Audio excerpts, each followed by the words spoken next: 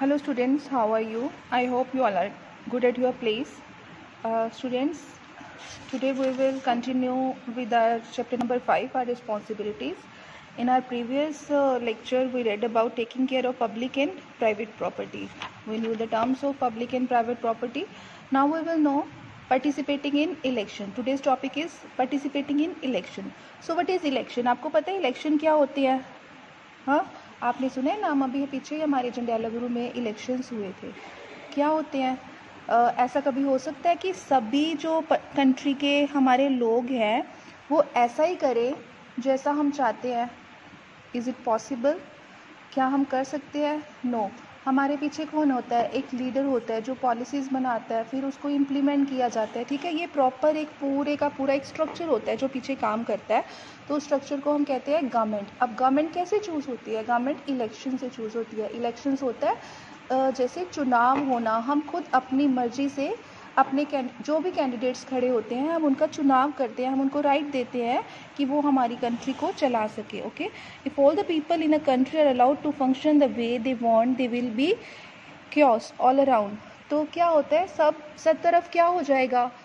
होच पोच हो जाएगा system. The country can not develop. कोई भी कंट्री जो ऐसी सिचुएशन में डेवलप नहीं करती, वो सफ़र करती है. Okay, so people of country choose some leaders who they consider as capable to work for the welfare of the country. किसको हम चूज़ करते हैं? जिसको हम सोचते हैं कि हाँ ये हमारी कंट्री के लिए अच्छा काम कर सकता है, ये हमारे लिए अच्छा है. Okay, in a democratic country, what is the meaning of democracy? It is government by the people for the people. Okay, these leaders get together to form a government to run the country smoothly. ये सब leader मिल जाते हैं, मिलके क्या एक बनाते हैं? Government बनाते हैं. गवर्नमेंट जो है पॉलिसीज़ बनाती है, फिर उनको इम्प्लीमेंट किया जाता है. The process by which this leader of a country are chosen is called election. उस प्रोसेस को हम क्या कहते हैं? इलेक्शन कहते हैं. Okay, at the end of the video we will do an activity जिसमें आपको बताया जाएगा इलेक्शंस होते कैसे हैं. Okay, we will continue with the topic first. Elections in India are held after कितने ईयर्स के बाद होते हैं? 5 ईयर के बाद होते हैं. अब जो इलेक्शन में पार्टिसिपेट करते हैं, जो चुनाव लड़ते हैं, उनको तो हम कैंडिडेट्स कहते हैं. ओके, लेकिन जो वोटिंग करते हैं उनको हम क्या कहते हैं? Voters. All Indian citizen of age 18 year and above are allowed to vote in the election. So what is the age of the voter? What should be the age of the voter? A voter should be above 18 years of age. ठीक है, 18 years के बाद जो है, जब हम adult हो जाते हैं तब हमें वोटिंग का राइट मिलता है. They have to go to polling booth. Polling booth क्या है? जहाँ पे चुनाव होते हैं, जहाँ पे इलेक्शंस होते हैं. ओके, उसको पोलिंग बूथ कहते हैं. वोटिंग के लिए जाना पड़ता है. पहले जो था बैलेट बॉक्स में हम उसको डाल देते थे. अब जो है हमारे चुनाव कैसे होते हैं? ईवीएम मशीन से. What is the full form of electronic voting machine? See in this picture, ये एक मशीन है. ओके, मशीन में क्या है? यहाँ पे नेम है, यहाँ पे एक नेम विथ साइन. यहाँ पे कैंडिडेट का नेम होता है, एक साइन होता है और साथ में एक स्विच होता है जिसको हमने प्रेस करना होता है. ओके, और all this is a secret process. ठीक है, हम किसी को नहीं बताते हमने किसको वोटिंग की है. Holding an election in a country requires a lot of planning and preparation.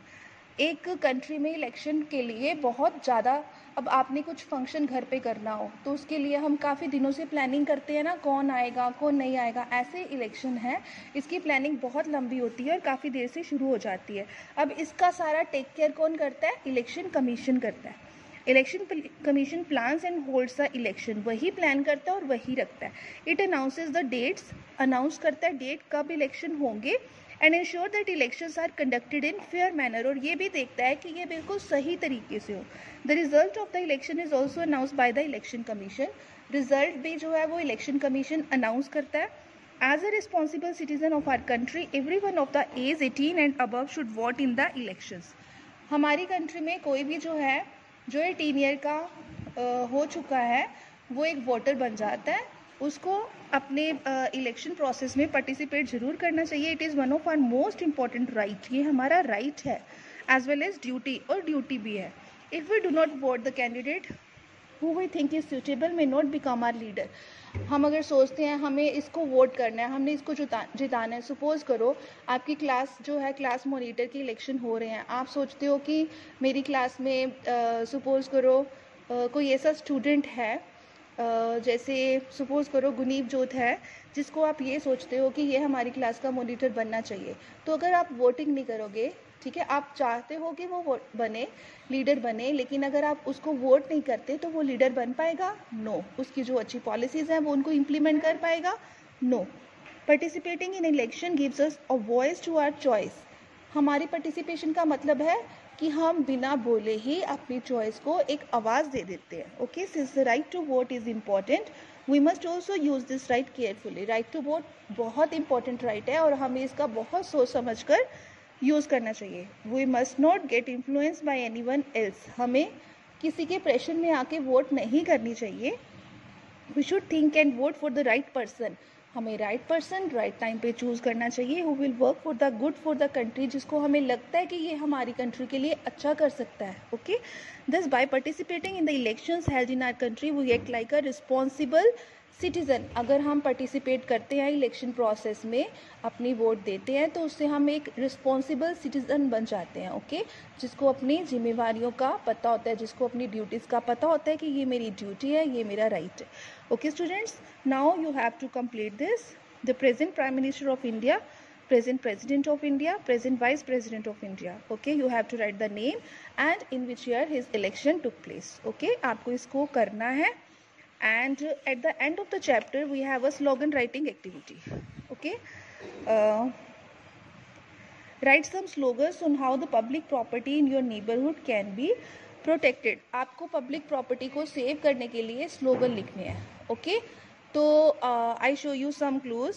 मैंने कुछ स्लोगन्स लिखे हैं, आपको भी अपना स्लोगन लिखना है, उसको कॉपी नहीं करना। Okay okay, see students, I have written 4 slogans to take care of public property. आपको भी एनी 1 स्लोगन जो है अपनी SST नोटबुक पे लिखना है। ओके, अच्छे से लिखना है और अपना स्लोगन क्रिएट करना है। आपको मेरा कोई भी स्लोगन जो है वो कॉपी नहीं करना, आपको खुद सोचना है।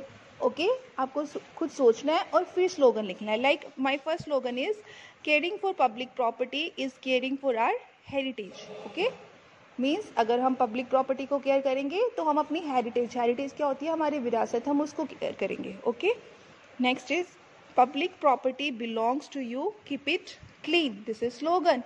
Like public property आपकी है, आपको इसको साफ रखना है। next is manage the public property as private property. Okay, जैसे हम अपने घर की प्रॉपर्टी को संभाल कर रखते हैं, हमें पब्लिक प्रॉपर्टी को भी ऐसे ही करना चाहिए। Okay, my next slogan is mend public property, don't harm it. Okay, so in this way I have written total 4 slogans, you can see, and you have to write your own on your SST notebook. Okay, आपको अपनी SST notebook पे अपना slogan जो है वो लिखना है। Okay students, is it visible to you? I hope it is visible. So आपको इसको कॉपी नहीं करना, you just have to take help of it कि slogan हम ऐसे लिखते हैं और हमें ऐसे लिखना है। Okay students, now your activity is that you have to write a slogan to save public property in your SST notebook. This is 5 marks activity and you have to send it on my personal number. Time and date will be intimated soon.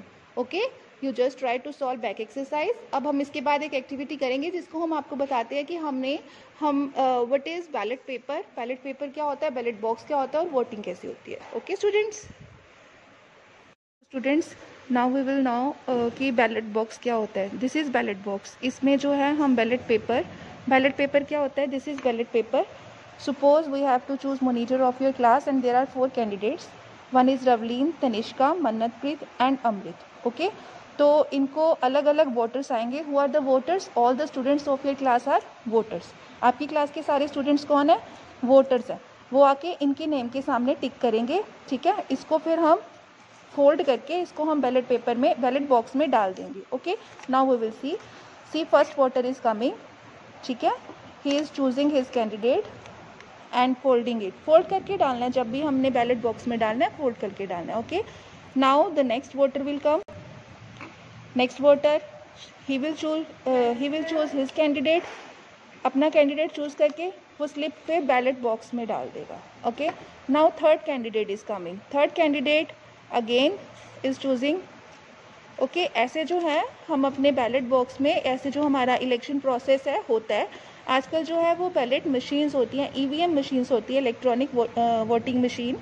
उससे हम क्या करते हैं उसके सामने मैंने अभी आपको वीडियो में बताया था कि how EVM machine works. Okay ballot box में जो है वो इलेक्शन ऐसे होते हैं। ओके सो स्टूडेंट्स, जब सारे इलेक्शंस हो जाते हैं, जब सारी वोटिंग डन हो जाती है, उसके बाद क्या होता है, we open the ballot box. Ballot box को खोला जाता है। ओके उसमें जितनी भी स्लिप्स हैं उनको ओपन किया जाता है 1 by 1 और उसकी काउंटिंग की जाती है। काउंटिंग प्रोसेस जो शुरू होता है, in our first Ravleen is getting 1। Now we will count कि कौन जो है वो विनर बन रहा है, कौन हमारा लीडर बन रहा है। Again Ravleen, Tanishka, again Tanishka, Tanishka, Amrit, Amrit, again Tanishka. Okay, so now we will prepare the result. Who will be the winner, who will be the leader? 2 1 2 3 4 0 and 2. Okay अब आपको इलेक्शन प्रोसेस जो है वो समझ आ गया। Now we will see that Tanishka is getting 4 votes. उसको 4 voters ने जो है वोटिंग की है। Mannat is not getting any, Amrit is 2 and Rivleen are 2। So इन दोनों को 2 वोट गई हैं और तनिष्का को 4 वोट्स गई हैं। So who will be the leader, who will be the monitor of the class? Tanishka. So this is just an example because Tanishka is not the monitor of the class selected, क्योंकि अभी बच्चे नहीं आए हैं, so we have not chosen any monitor of the class. So ये मैंने आपको सिर्फ एक एग्जाम्पल दिया है कि ऐसे जो है वोटिंग प्रोसेस जो कंप्लीट होता है। ओके स्टूडेंट्स, आई होप जो आपको समझ आ गया होगा। उसके बाद रिजल्ट जो है वो डिक्लेयर कर दिया जाता है, ठीक है, और ऐसे जो है हमारी गवर्नमेंट जो है वो फॉर्म होती है। सो स्टूडेंट्स, आई होप आपको ये चैप्टर अच्छे से समझ आ गया। Now you have to do the activity which was assigned in the video. आपको एक्टिविटी करनी है, स्लोगन राइटिंग एक्टिविटी है। क्या करना है वो सब मैंने आपको वीडियो के बीच बता दिया है। Okay so be ready with your activity. आपको वो सबमिट करवानी है, date and time will be intimated soon. Okay students, and you have to try to solve back exercise, और जो वर्क मैंने असाइन किया वो भी आपने करना है। Okay students, take care.